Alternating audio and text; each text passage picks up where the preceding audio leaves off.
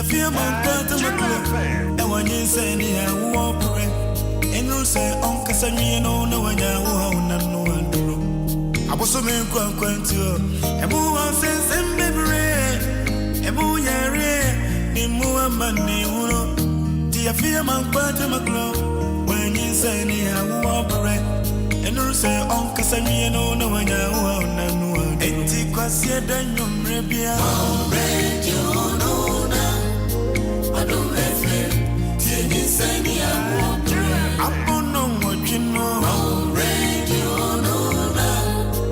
Adom FM.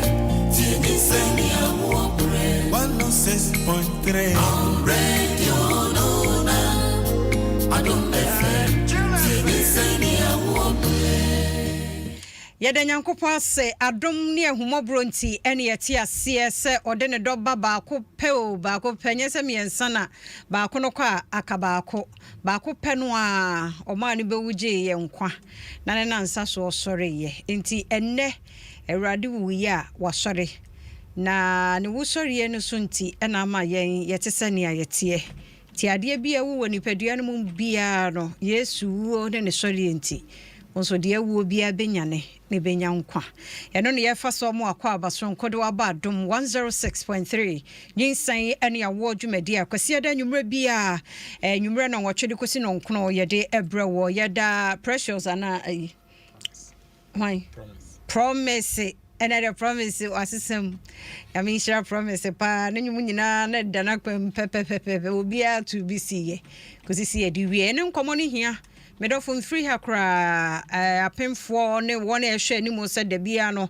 obefa afuro no ehu hia ye mpa abrofo ne so na de mami ntwa so dog twa so mami ti mami so menka se RE incompatibility RH RH incompatibility eno oba bi onyim bia se mo yesa test no ti muni made kura mekan se mami moja enko na akora no nso moja enko na ne ane sei enti se akora no maame no moja no mfra ye so mu di akon wo yafunu no mo pa nti ebedi hu nkomo nje yenkomo ehu hia pa me amete ye nam se we mu nyina nso wo ewo ho ene na NyinsenNeAwoɔ ehu sefata se enwumre yedi sa enkomo no nti meda se so aba Facebook na mame ni kan cheche wona aba Facebook no Nelson di miss call ama ye hi wa ha na ma hima from pon twen ye na ya badada piaga se fia happy Easter, may God bless you yeda se champon TV GH so ehwe Cape Coast yeda se na piaga se fia nwumre wuginem meda se papa chimtafo en wo hwe ye free nti mo amadi kan ba se no mo nso mo nhye na mo ahwefo papa bi atiefo papa bi followers papa bi edi mo chi ene abusuafo no bia nso enhunu oba fia amankwa atamaklo nso wo Facebook nso a mede me ne Dr. Ad no at work no so ato ho nti ho nso for questions no ebra na yeni sa enkomo na kwia se happy Easter fia me show live wo UK na meje wo so meda se papa dwumadie sie tumi de brew a eyanwumako bia da Roma enti entumi toto won ase kra won mada Roma nti na mo UK Germany ene Israel ne Ghana chiri ne benche munya kwantie ye endpoint homeopathic clinic mesro yenko ho mema no prostate no ya yenko check ntwen ema wunya 40 plus ho nkwansa wunyini woko wanim na na so check if say doctors ame yehunu se prostate no wunyini no no so enyini nti also ohwe ne tibia no mu yie nti saa wudidi agura wo wansa daache ne yede roba sha obema mu akoba sa na so obema no asam na aba ho ntwen ma asam ma ho nsa ema no so infections ha ya dwene infection ti ama oba bia wo ya kechi Mr. Dr. Sebra na wonye sa test no ma free se problem wo hode a ende na se yare no na fe ya hwe to ho anamo ede amon endpoint homeopathic clinic adaromenti ene ede NyinsenNeAwoɔ dwumadie ebro nti wo bedi kan akora timi afre no e wo 0244867068 0244867068 say infertility say stroke yade bi e ha wadwene no Dr. Duboatin wo ho beboa na na Gini Foods nso ene mi rewura fia hodo mu a na se Gini no no mo de ye nnuane se wunya Gini for rice ni bi eboa anu nso na edepa ye wo Gini minus nso e wo ho wa ye salad bi na de bi aguso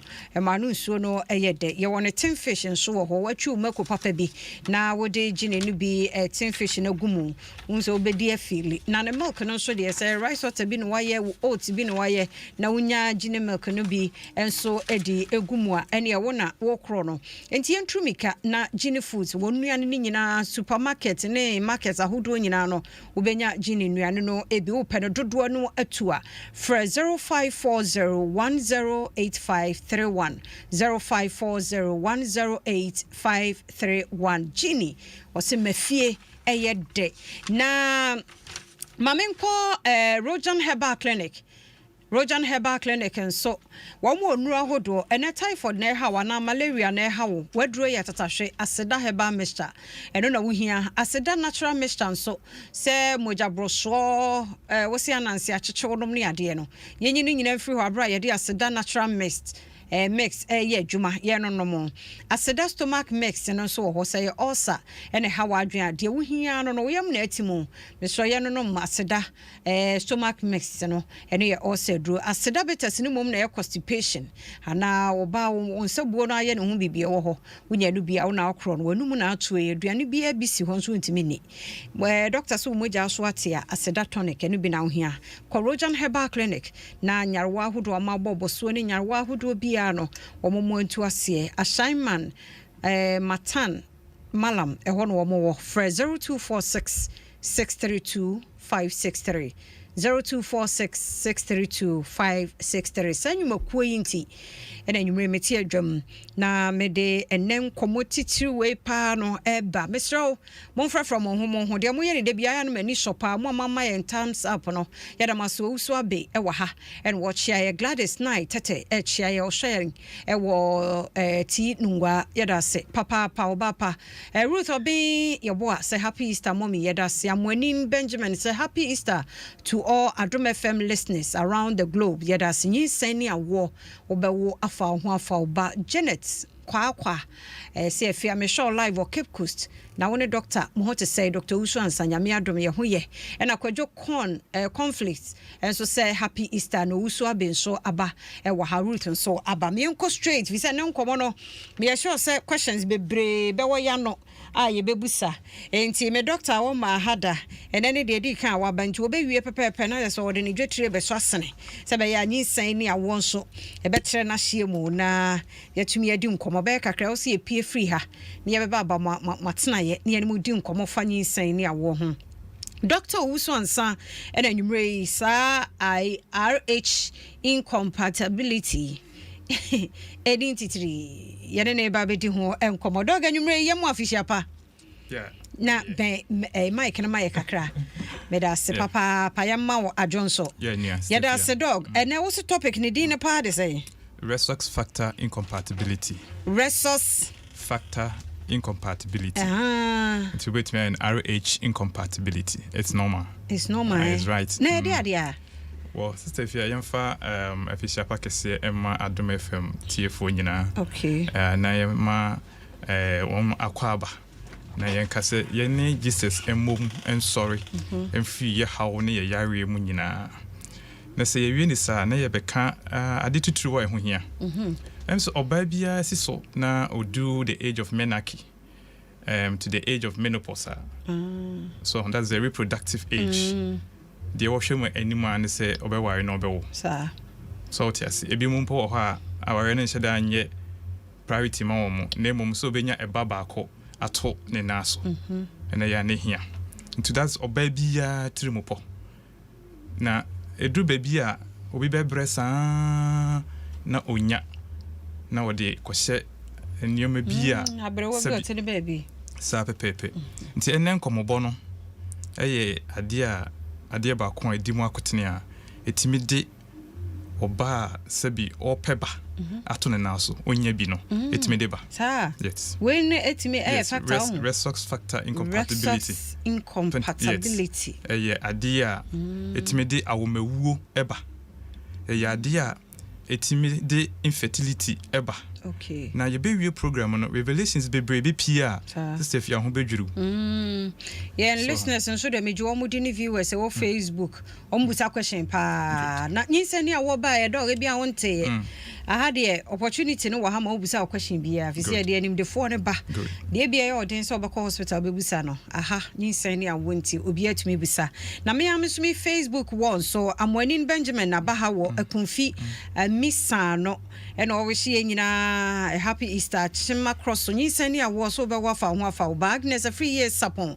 Ese yenkɔso ne yenye adwumadene Edward Yamwa e wa chim achiase o say yes 16 NyinsenNeAwoɔ 16 ene de pa yada say and I love Japan so tie yen live e wo osiem afia you do all love so meda se papa baby amefa bia na odi machi wo ho nyame hraw papa se muguso atie NyinsenNeAwoɔ Ruth oben ye bo so apiem wo me wall ha enti Ruth so yada say enti anti dog na ya say sa ayi RH incompatibility no ne tofa bomu no okay, so emoja ewo mu ahodo.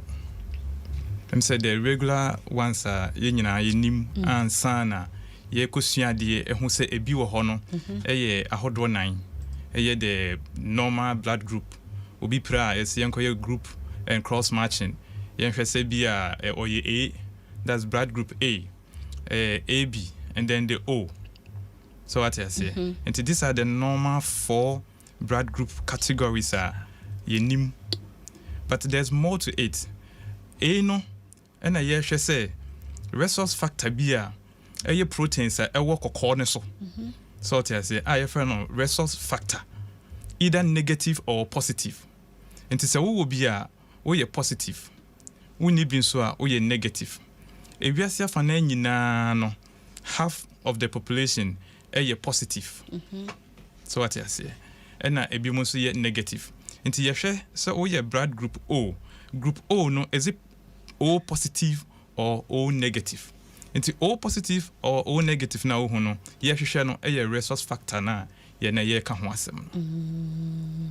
So nti say wo bi a wo ye positive, wo ni bi a wo ye negative.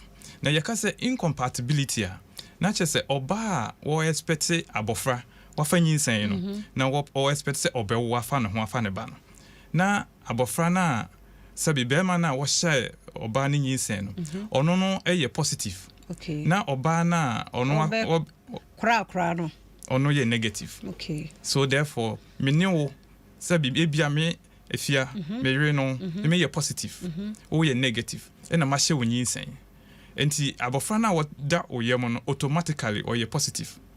Me a negative. We are negative. Me be man a positive. Automatically a positive. It say me dey a negative now you know. Your money nyina you positive. As omu nyina. A positive. Okay. Therefore our friend ni umoja na incompatible. But normally first pregnancy is a issue. Ayo. Because I say kromfo a and I say obi a otini fie a kromfo abowura ni fie first time. On say nani na ne ho so. Nti kromfo no timi fa ha nneoma nyina de kɔ. Okay. But say me kai say me kɔtena baby foforo na me ni kraman. Me ade achi na me bens na etutu ho nneoma nyina. Ɛhɔ na me kɔtɔ kraman nti sort ya se. Nti saa na tie nti oba ne fa nyinsen saa na ne first pregnancy no ne system no enni atenka bi ana say onye aware say ade bi aba ne moje no mu. Na de ema ebeye problem ne say sa bema na oye positive resource positive ahye maame ne nyinsen no maame ne moja ne ye negative so what you say abofra ne moja ne cross a sister Fia for your information oba anyimo a abofra no ne maame ne moja ne mix enfra okay so what you say during sometimes during delivery and say procedure bi ayeye no na etimi ma emoja ne bi cross mama no moja ni but in this case say mama no moja na ye resource negative na abofra na de na ye positive first pregnancy bibia NC otiye ya bibia NC because that is the first intruder into nani na ho so aba on away that's it but subsequent pregnancies no obetimi to Nyinsen egu because maame no moja no ebe hu abofra ne say foreign material. Therefore, the woman's body would develop antibodies in a year. Genes be almost fighting and also protecting from foreign organisms. The Yariwanes idea.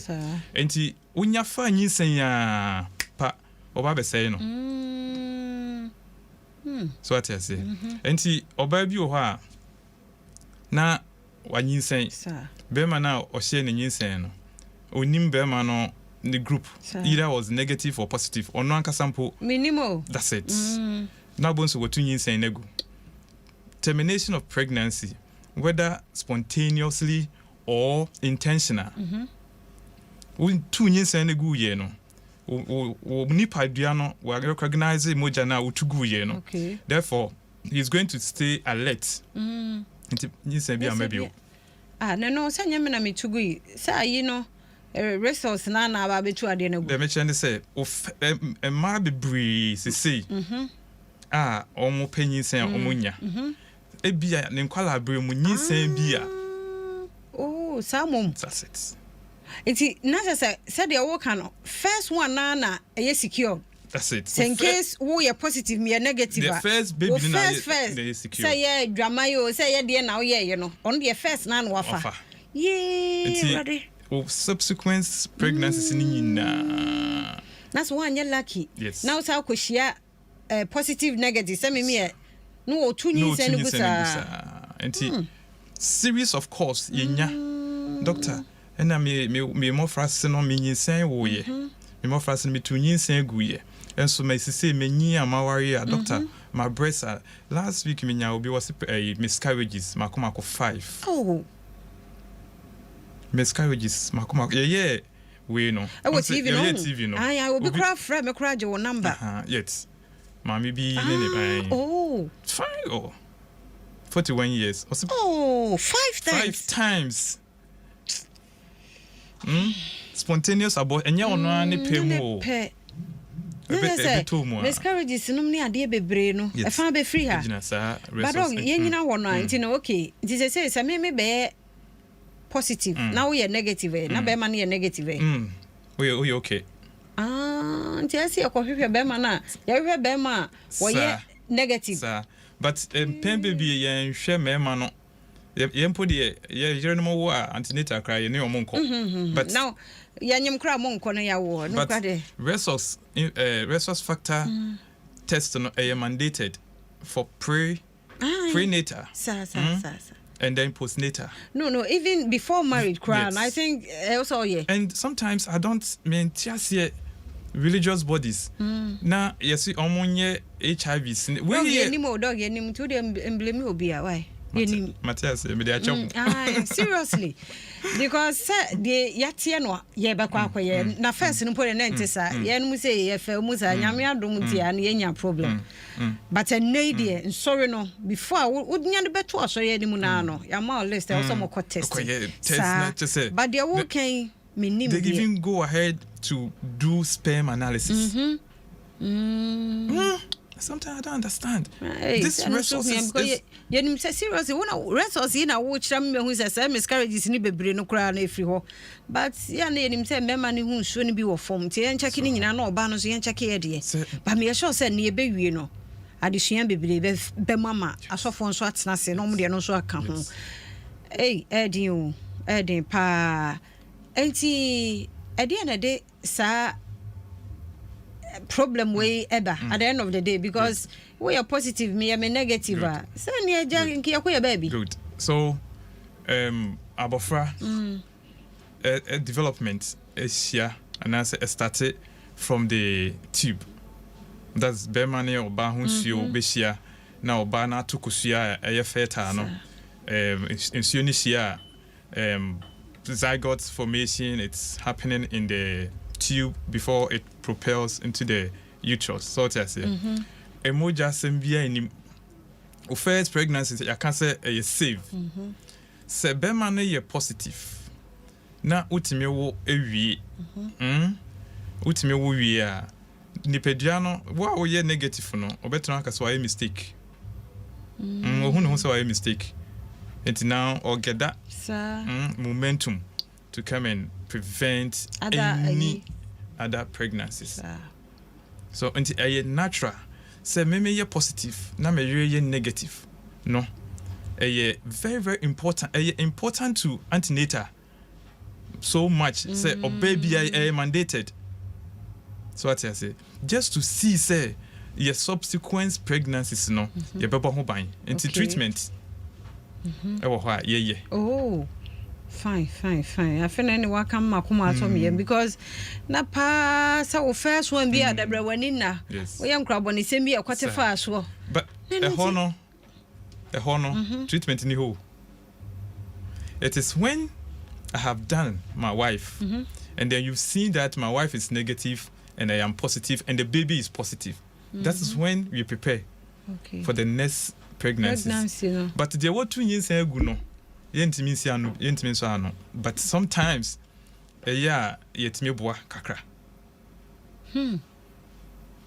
So inti se oba nyema na oye positive when Nyinsen mo no ade na wo as a pregnant woman no RH positive. Oh yeah, free. But my man dey only problem be na unborn baby no. And a problem. Nti washa my friend bi wa ebe wo no mani nyina aye yellowish. So washa my friend bi wo ha ebe wo na jaundice. Because sa o negative no e ba be fight abofra na o ye positive no. Na fight na e be fight ni say obi huhuru abofra ni moja no. E red blood cells no obi huhuru ni nyina na wa papa and say balloon. Nti abofra bi wa bo no bo nse na yesi ensuo agina ni trim. Ye maame mo fa na asram. So washa you see na enipa na obeji na wo no na ode asram bibia ye no na abofra ni ti ay kakraka hydrocephalus so afi hemolytic anemia abofra no bonse be wo no aye blue baby blue so what's in opinion sembia mate say yi autism nom ni ade be a fan free home. The due program, and I am privileged to be here. I am honored. Thank you. When I met you, I said, yes, I have been waiting for you to call me. No, correct. And I'm privileged to be here today. Okay. Now, and then so about our topic, you know, so cry mama dream boom say when you now but not ya journey encourse. Ya da say dog so about so be e wa ha e da se Mr. Mon share na nkomo no hia. Kwadwo den makan Janet nso sa makan amwani enso e wa ha e na fei Owusuabe say good evening, thanks or that say Gladys 9 so makan wo de no Joseph Kodua Pa Kwesi Kumsen happy Easter to you Mrs. Tamaklo ya das Abdul Karim Adams good evening Nyame Shramo Owusuabe dasi bebre it mu say wo answer the questions bi ma no pa Abana Robert Echiayer Rebecca Tibu enso Echiayer say anwumre ye gine na so ya das papa Abraham Sabil enso wo nsawam na ohwe etie Faustina Yamfo enso santi afia ene team mechia mo yeda say Abraham wo nsawam ehweye Chaina na I do like the program afia God bless you and doctor yeda say Chaina na saba say my wife is pregnant and this month is a month to deliver. I'm from Achimoda watching you live obewo afa no ho afa ne ba so waye Adom FM NyinsenNeAwoɔ listener ne die oba be dia dance enso amaye wa ye da senana Edna Amano hinewa se Mercy timusa sana oka no ekɔ no ho ama de Mercy abam Chaina na say God help us yampa we je se nyame boa okere aguna nkum say good show God bless you yeda se nana akua free ye nice program watching you live from Belgium yeda se nana and afa Chaina na doctor please if you're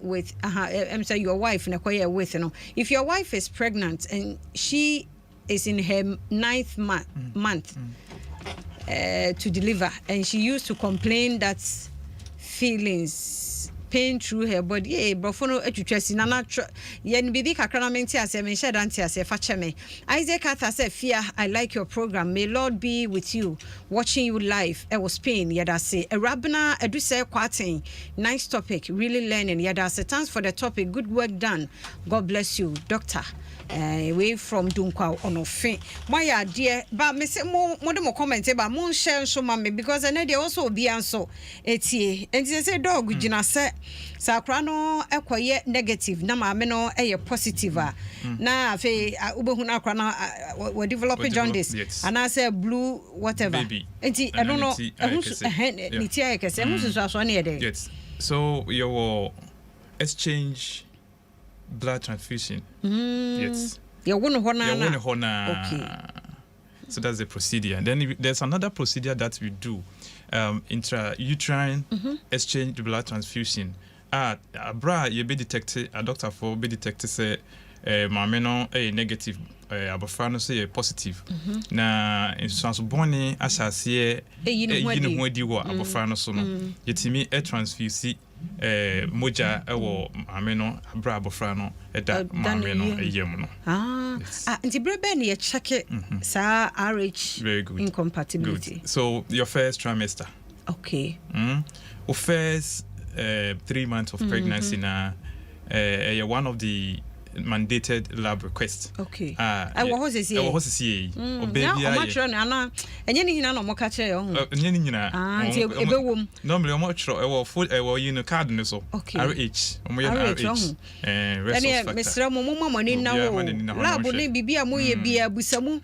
Because who RH na who na de we am akoya busa say ye den ya so hu dog. Sa no na why informed. Nti no as ye kan say why ye bia. Won san ka make na esu pamenyim ye mama ye mama ye mfa ne say e wo say ye na ye but e de na ye de ade na ye mfa so ne de dog patcho ye nti test bia e wo sa card ni mu during the time of antenatal no nyina ho hia nti emra abofra no anase maame na fa Nyinsen the time apa ho say unwoda ye tufu say first 3 months ni mu no e wo say o start o prenatal. Okay. Good. So obio ha wawo bia pre num so nti onim awo Nyinsen ho ntete ne ade no ena ya no mo twen kakra eno so krampo no enya advisable so atias nti Nyinsen bia wa Nyinsen bia na yehwe sa RH resource no na eno no na ebeboa wo amie hu say okay abofra na woda oyem no oye save so onye save your management ye dey ma wo Nyinsen no and as open for no at the age of 28 weeks of pregnancy no there's a vaccine we call it a vaccine but it's actually an injection immune globulin ye dey ma wo maame no so what I say na cost stop asoja for na omone akra na be kono okay you Ukraine Russia ani den kasamba okay so what I say nti ye mouse immune globulin na akodjojo asoja for na koma so what I say akodjojo omobo no mato omobo asia na maame no ayede oye na kwa no so eda ne ba bi dwe no ho ye wo abofra na pe 72 hours abofra o se ye wo abofra no so yo tene be ya abofra no benya ne ti sa ene na enu ti na hu hia se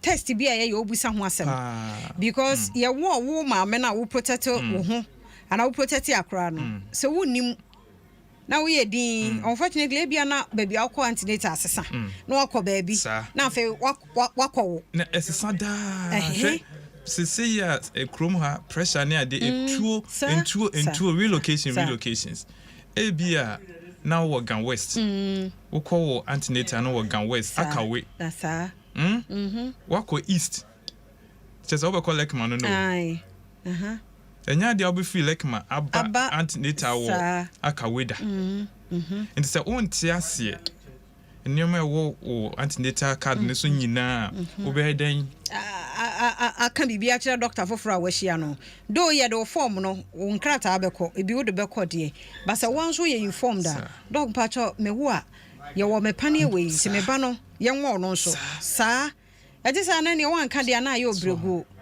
na ya na ewo mu so ewo folder ni nti a doctor for ni a nurses for midwife for no sin nyina ati de ene ye kan yase resource factor de midwife bia it cannot afford say on tiase okay nyina ati ase ya timima education edema Dog, the award can see no.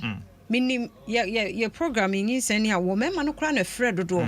Me yere nyimo so onko hospital. Me yere nyimo so onko. Am say, "Hey, na wo doctor no kra wo hwe. Hwan na se wonim de ekoso wo yem." Ah, kɔne yɛn hwɛ ne ntoto ne ma yi. Wo so wonko. Enti so ba bi ti sei.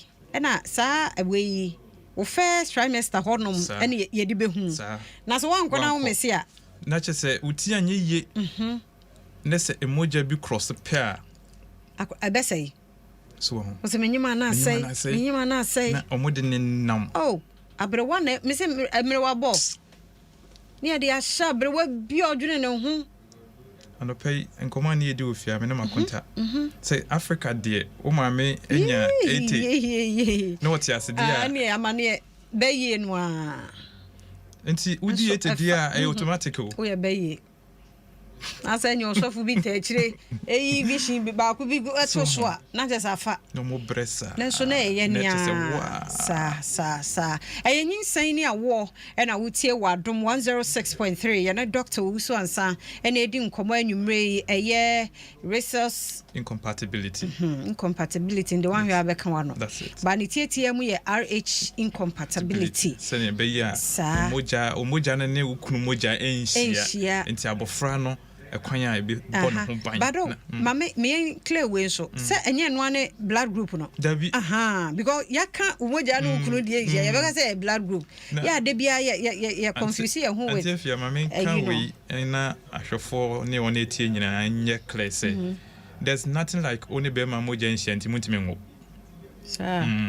RHE and this our how now moja bia o A B ni nyina timi wo na emom incompatibility no ebia o si so no udi wo bra kakra otu nyinsen ba ko miensa menya case bi fine girl, very beautiful girl one guy in ba clinic according to girl also on why abortion 3 times but guy ni nim o see a guy in 5 months na guy na ye no ho ade my waiting. Come on, very handsome guy.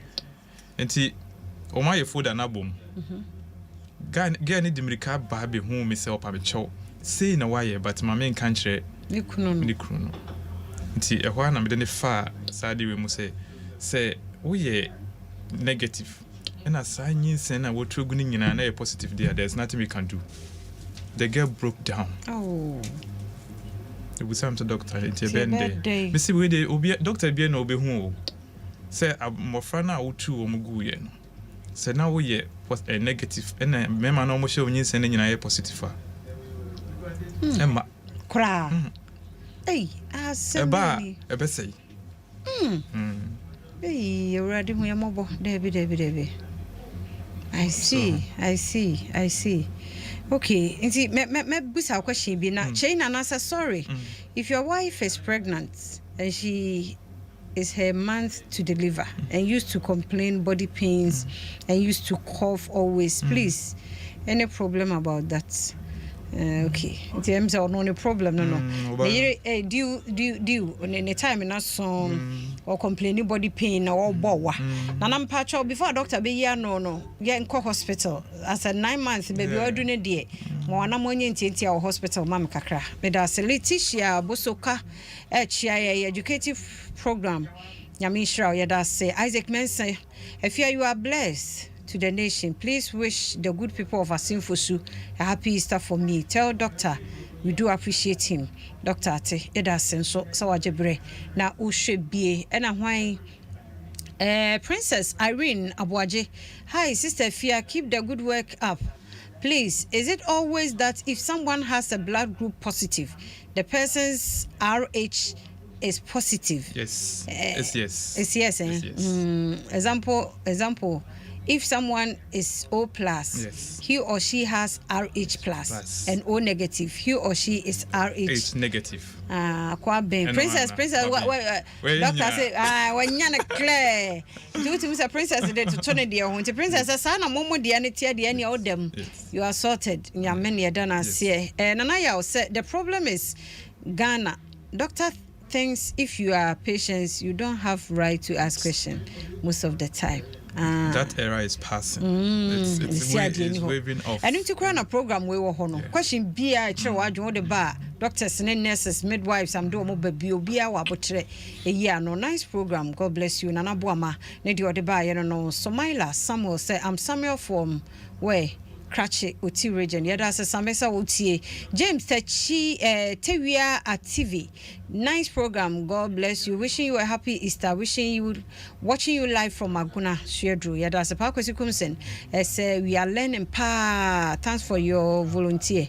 Yada say Papa Mawina the Empress. Very educative program. But how can you know you have the R something when you are pregnant? Yeah. I mean the symptoms. Yes. Olivia Nkrumah, nice program and topic. Ocean dear pa Nanaya wa London and ono showing free Rabna do say quite a nice topic, really learning. Thanks for the topic, good work done. God bless you and doctor from Dukau on of immediate share. Metia for me young questions no so. Okay, and he say dog. Yeah. Sir Obi I feel no mobile be worry said ye can sorry kasi enquire test no. Near kasi enquire RH nibi. That's a bema near positive na me negative yonko so anware monko so anware sir monko so anware nothing stops the marriage. Okay na se beba na negative na me oban me positive yes monko so anware yes na say yedu yanyima be say so say ho akade wo ho sir yes oh ho akade wo blood group bia and stop it we can RH and stop it marriage because nyina ho akade wo ho yes because na woni no kwhia na say no good they woni no kwhia say o first pregnancy is safe because bibia ni pedua no sometimes na dwen enkoso mat mentwa no fache mpa ba nti na make say so in case ebia me first me see so me abortion no koye abortion eno atwameko afa na nyame aboa me ababa wa menye kunu na me kunu ye positive me ye negative nti e be dey se ba kuna uyi no we hu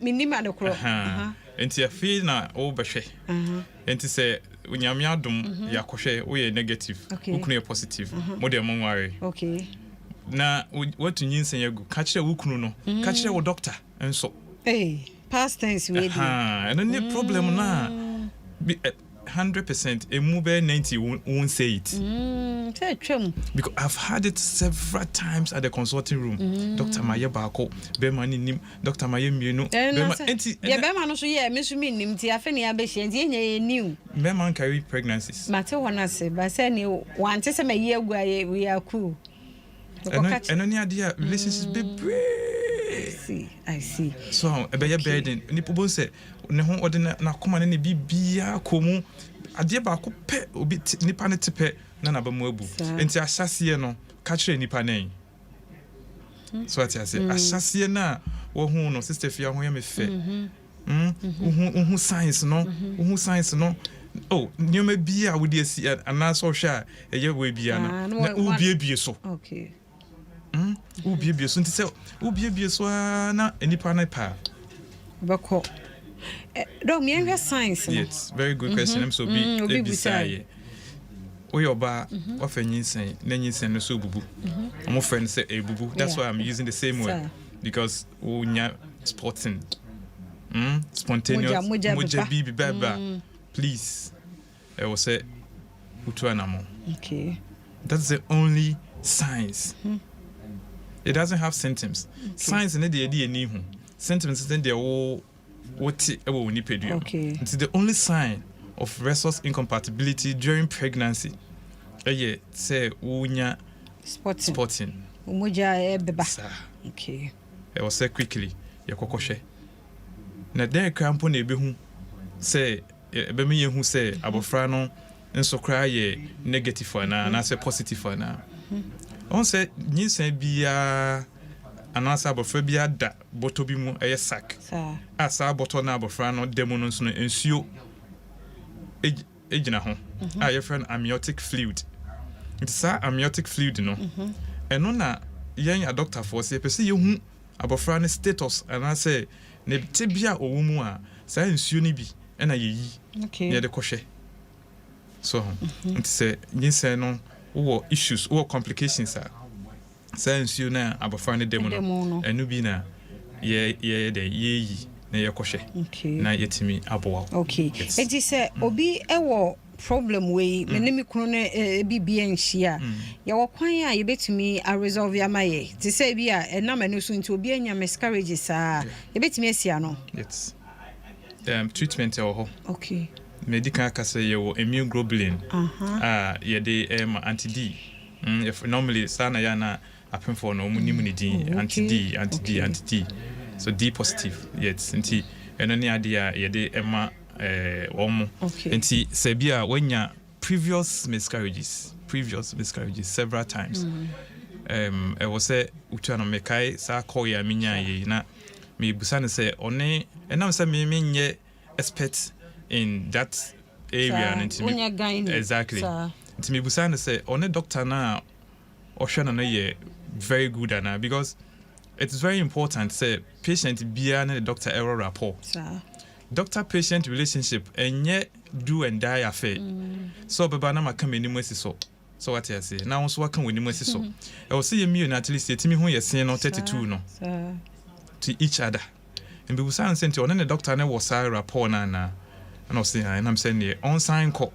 na one doctor na nkasa say see ne ade a ofem na wontimi hu mo a ode ebebo okay yo enti sesia so obi etie yen ya wanya miscarriages be 2 3 and that's all wawari na onwari ye yemfa se wawari a no wanya miscarriages mienu oni ni kunu nyina anko ne yenhwe ne kunu ene ne problem ne mema ne nko omonko na de bia bedo oba no so bedo oba no so sa mi she case bi na me ka che gene so kwa oma ne kunu emra osi odu fia okache ne kunu say doctor say brano osi okache na ne kunu ko say washroom within 30 minutes the guy no visit washroom for aya semo se ferio so ho osi osuro se onima de kra wa yehu wo se obeka se esi kra eno ana na on the ordering so onim de oye sa Matiase. Semo. Ma memra ha. Olivia Nkrumah. Makan wo de ma we nan so sa na Isaac Mensa. Isaac dear no so makan Ivy kesewa can someone with AS marry AS abana no de SS me elu de ehia medofo enko kra besero ba bia ma ya kodu bia muntwa so ate te sa e kira sam no enye easy Stefia, we are clear and also say this group is different from genotype. Okay. Genotype is the AS and then ACs. No, those are the genotypes. It's different from the blood grouping. The resource factor is not genotype. And the yanka so ye AS akwari AS, we AS akwari AC. Because once obusai say group B ain't me worry aye. Group be a bit me worry, but genotypes nyina na it me worry. It's me worry. Okay. And we AS. Bema AS. Odona fine. Me obi sir. Or a soft papa na sofo. One of the big churches. Or AS na AS. Omawo. Kola nyina ho nyina yet. But omanya SS. Omawo miensa. Last one na SS. Be dey and dey ba ko be fam. Na nye bete sa ba ko na ofa mu. Yes. Dog me phone lines yi so bre no ko na etiefo mrem 0302216562 0302216562 ana 0302216561 na yenkoma yedie braso na fe won so fa wodie o question bia fabra ekire so dog number no beto ho na happy birthday enkoma omanhene kwabna asante enene ye awoda nyame nhyiraw nyame nyo kese kwabna na onyo kese pa nyame nhyiraw bebre kwa wona edi wawoda ne nyina no nyame nhyiraw ochiame kwa mise ene wawoda ti ochiame so nyame nhyiraw mudo so ye kra fmeni so ti nyame nhyiraw mu nyina na medofo edufa ai o okay edufa ene so your birthday nyame nhyiraw amenyo kese kusi so obeye kese pa ochna Florence Morty ni birthday ono Morty TV makeup artist ono so ochna ni birthday nti flow nyame shra no onyo kese endpoint homeopathic clinic mesro enkoma ye die ko ho no ko check wo die check bibia se bibia de na kwan mu 0244 867068 0244 867068 Mame nko ahoma no so na memfa me first caller medofo kafra facha me pa 0302216562 medofo me mo ajodo ba NyinsenNeAwoɔ so low radio no ma yen kakra. So much. Pacho, good evening. Good evening, Mame. Pacho, your friend Emilia. Pacho, my water na it's really my abortion back. So you see, doctor taking when Mama makes Pacho, me say enka me ko hospital na me ko kind of furniture na me ko just media me nya sound. Ah, train nechi no ope bi ma ka ho. Pacho, me Me ba chamantio. Pacho, me na me pa. Ba isi ami kun ha me se opera collage. Na so ma ye 4 ho. Pacho. Yo dog be ya no dia ma why. Me da se wa frɛ. Koso na afidie no enna ha. Odo me mo ajodo ba NyinsenNeAwoɔ so. Yes, I'm good. Me jo so papa. Tata pum kiden. Nyame Adom. Ati ni agunen. Aha. Ya men kan yo ati. Na me bo aba mo be djuma pa. Na we di mesre wo. Wo be si dem pa no we wi se we ya wo ari ni ebia wo muja no enhia. Because send ya worker na di. 77 yin kwasi na di. Nipa hin wo wala wo tumi ko. Ekoye sa test na di. Enti ndemi tie mu ayem majimu wan pa. Mate. Enti no so wunya nware edi a na modi kan akwa check so ho. Aha, nti tie doctor de anu ye be ma o medase pa. Mama fa kola foforo so. Odo me mwajodo ba NyinsenNeAwoɔ so. Mo fa oba. Medase pa mama nti o. Nta ya fẹ́ mercy. Na maware 5 years ni fún ẹni tẹ́ ba ko no. E topic. Ye talking ye no say. Me ansan so eba no so asa e bugu sa na o ti internet link. Ba sa RH na doctor kan me negative. Njebe tinya ba se be me kun ye positive. Intina sa we ni banana. I mean sure so atie pa dog be ya no de ama o medase. Mama fa foforo so ahoma no so. Medofo me mo ajodo ba NyinsenNeAwoɔ so. Yeah.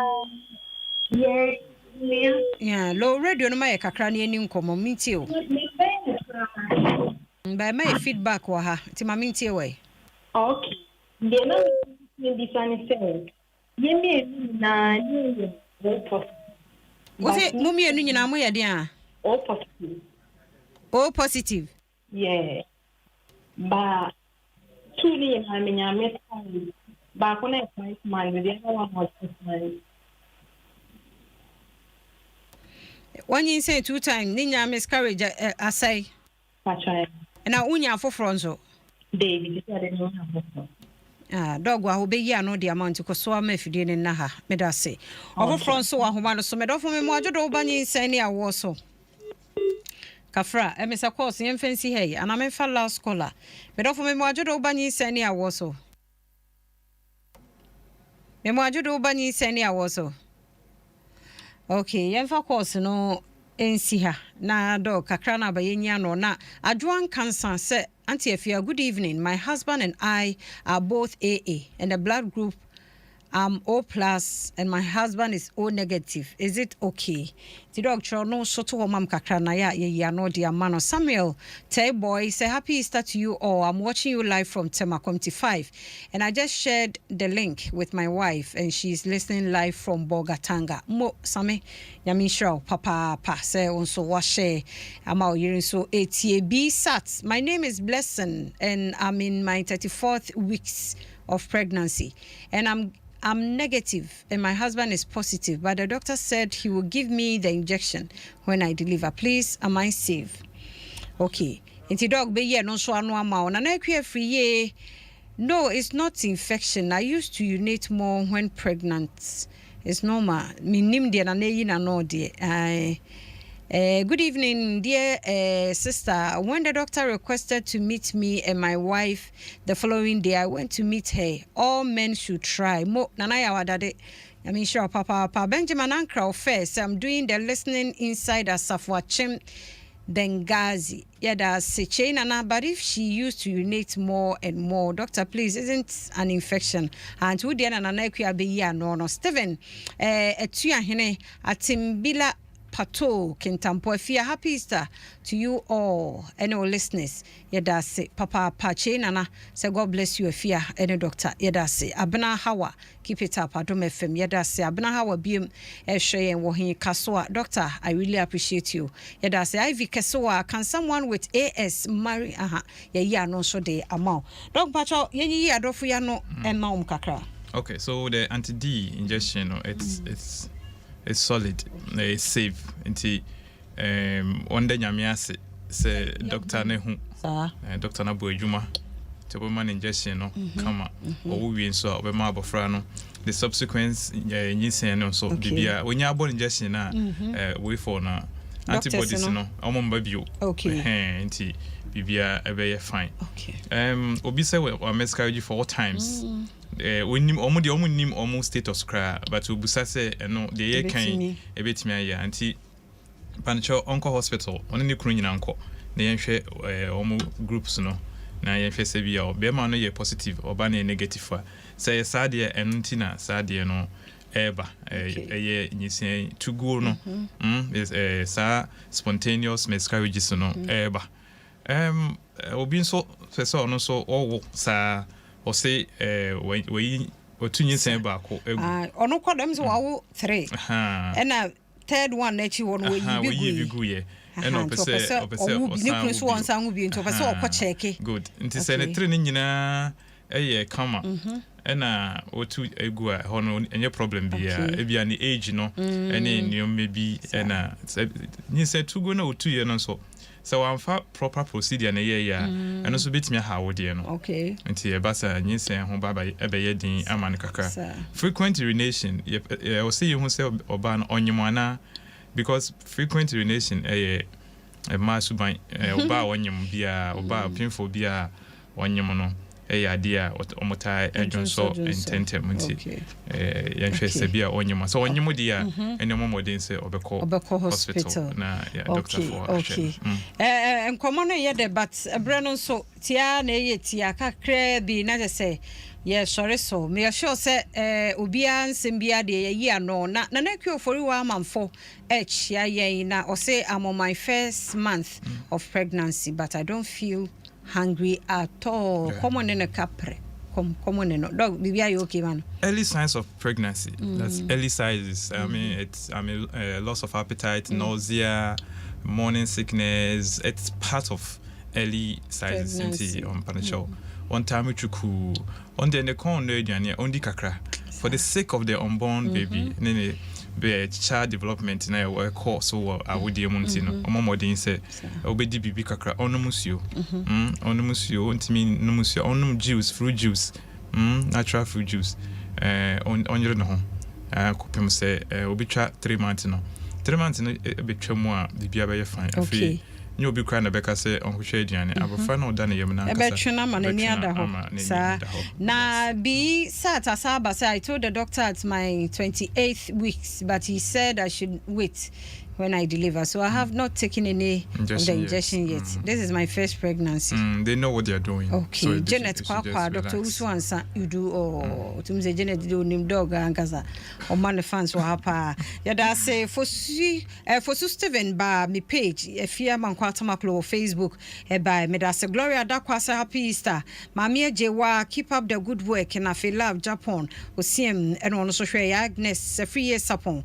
and so eba ha mwani Benjamin 07 Ruth oben yeboa meda se Edward yamo anso bai na Ruth asa ba biem nti mo amoba ye no meda mo ase papa dog maminya wo contact no na ebi mo ha nya obi a na betumi afre e wo so na agya wo matimi no wakasa wetimi ne me abonkomo efa chronic condition bia ho wo yare bi krankro bi wonti ase ne ade wetimi afre me 0243 768 216 0243 768 216 midin de Dr. Uswansa me di juma ewo dog umeto airtime ya nti no de o number no na ade am mo no nyame hihira papa Rojan Herbal Clinic adaroma edi se typhoid ne malaria ne hawa adwen a aseda herbal mixture eno na wohia na watumi anonom aseda natural mixture so se wanya mojabroso ananse chechewo wonya aseda natural mixture wona okro na aseda stomach mix so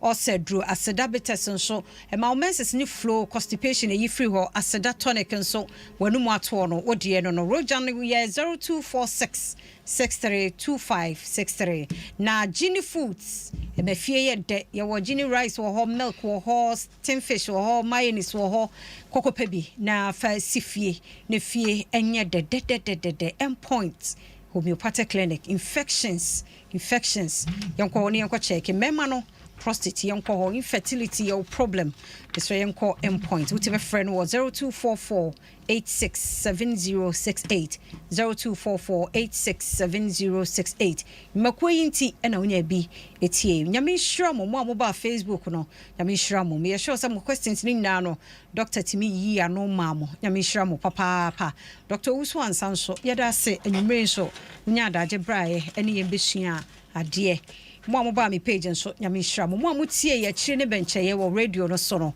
nyame hira mo medin ade afia amankwa atamaklomeda Dr. Shine akwa as papa na fei jeko nso aya de ona de nto mu live of Facebook a wanya bre ehwe bia na de pachi ya wochena ye besan ahia ne na wotwenka ye nti hwe ne bo ho ban wo da ya bompaye na nyame manabofo no nwe ye kona Dr. Shine abonwum akuzi 9:30 na ote ono so ababeto aso ye da se